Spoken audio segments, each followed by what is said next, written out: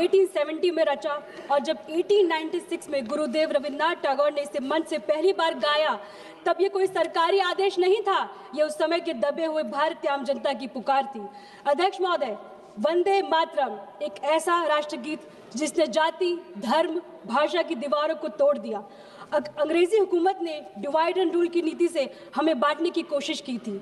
ऐसी स्थिति में एक हुंकार, एक मंत्र की जरूरत थी जो पूरे देश को जोड़ दे।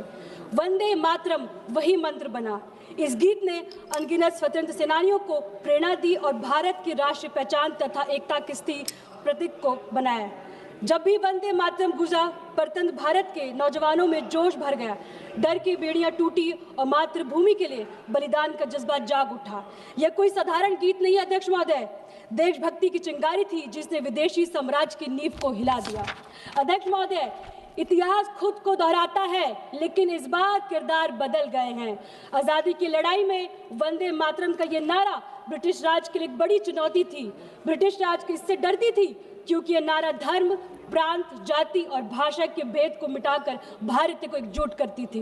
ब्रिटिश राज का हथियार था फूट डालो राज करो, मतलब डिवाइड एंड रूल, और आज भी देश में वही होता दिख रहा है। अध्यक्ष महोदय, मौजूदा बीजेपी सरकार भी धर्म और जाति के आधार पर देश को बांटकर उसी डिवाइड एंड रूल की राह पर चलती नजर आ रही है। अध्यक्ष महोदय, ब्रिटिश राज की तरह अब मौजूदा सरकार भी वंदे मातरम की सच्ची ताकत से शायद डरती है, क्योंकि यह नारा एकता का प्रतीक है। यही वजह है कि इन्होंने एकता को मजबूत करने की बजाय उसी नारों को इस्तेमाल कर देशवासियों को बांटने के लिए कर दिया है। ये देशभक्त का सर्टिफिकेट बांटते हैं कि कौन देश को मानता है और कौन नहीं, लेकिन ये देश की जनता अच्छी तरह समझ चुकी है कि जो लोग देशभक्त को सर्टिफिकेट की कैद करते हैं वो असल में देश की एकता से खौफ खाते हैं। अध्यक्ष महोदय, मैं कहना चाहूंगी, तुम संसद में घूम रहे हो वंदे मातरम की शोर से, तुम संसद में घूम रहे हो वंदे मातरम की शोर से, और देश जल रहा है महंगाई के, बेरोजगारी के जोर से। ये कैसा प्रेम है उस माँ से, ये कैसा प्रेम है उस माँ से जो भूखे बच्चों को सुलाती है। तुम्हारी नीति तो बस अमीरों की तिजोरी को प्यार से सहलाती है। अध्यक्ष महोदय, मैं आपको ध्यान वाली बात कहती हूँ, संविधान निर्माताओं ने राष्ट्रगान और राष्ट्रगीत को जनता पर थोप जाने लायक नहीं समझा। उन्होंने जनगण मन को राष्ट्रगान, वंदे मातरम को राष्ट्रगीत का सम्मान दिया, पर कहीं यह नहीं लिखा कि हर नागरिक को जबरदस्ती गाना होगा। इसका मतलब साफ है, देशभक्ति दिल से होनी चाहिए, दिखावे के लिए नहीं।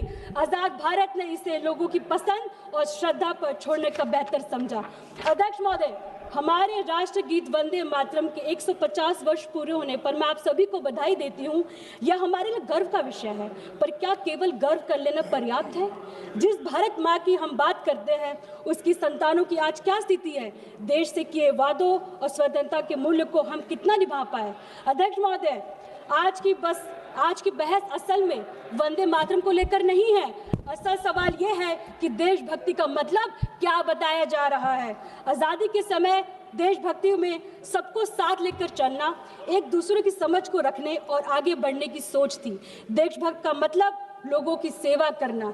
आज देशभक्ति का मतलब बना दिया गया है सिर्फ नारे लगाओ, सवाल मत पूछो। अध्यक्ष महोदय, संसद के शीतकाल सत्र की शुरुआत में ही सरकार ने जोर दिया कि पहले दिन वंदे मातरम पर चर्चा हो, इसलिए इन्होंने इस पर राजनीति गरमा दी, वह भी कुछ महीने पहले। क्यों?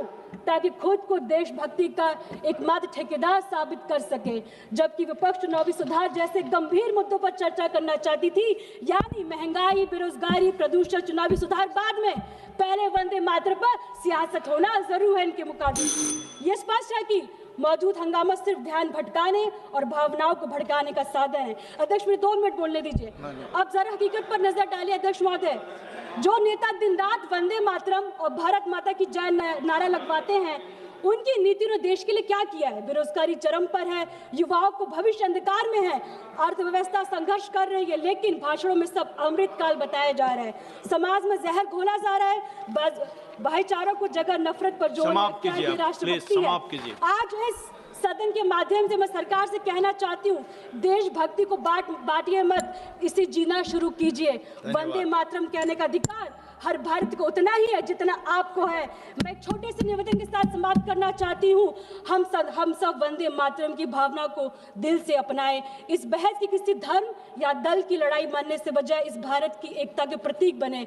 मैं इस देश के हित में सरकार को आगाह करती हूँ, राष्ट्र प्रेम को दिखावे की राजनीति से ऊपर उठे। अध्यक्ष महोदय, आपने वंदे मातरम को अपना नारा बना दिया, हमने इसे माँ की पुकार समझा। आपने इससे वोट मांगा, हमने इससे आजादी पाई। अध्यक्ष महोदय, आपने इसे बांटने का जरिया बनाया, हमने इसे जोड़ने की कसम खाई। आपने इसे मंच पर गाया, अध्यक्ष महोदय, आपने इसे मंच पर गाया, हमने इसे खेत खलियान और जेल और शहादत में जिया। अध्यक्ष महोदय, जब आप बहस करते हैं वंदे मातरम पे, तो मैं दिल से बात कहती हूँ, आप नहीं समझे थे, ना आप समझेंगे। वंदे मातरम, जय हिंद, जय भारत, जय समाजवाद। धन्यवाद। श्री नीलेश सर कामत जी। धन्यवाद सभापति महोदय।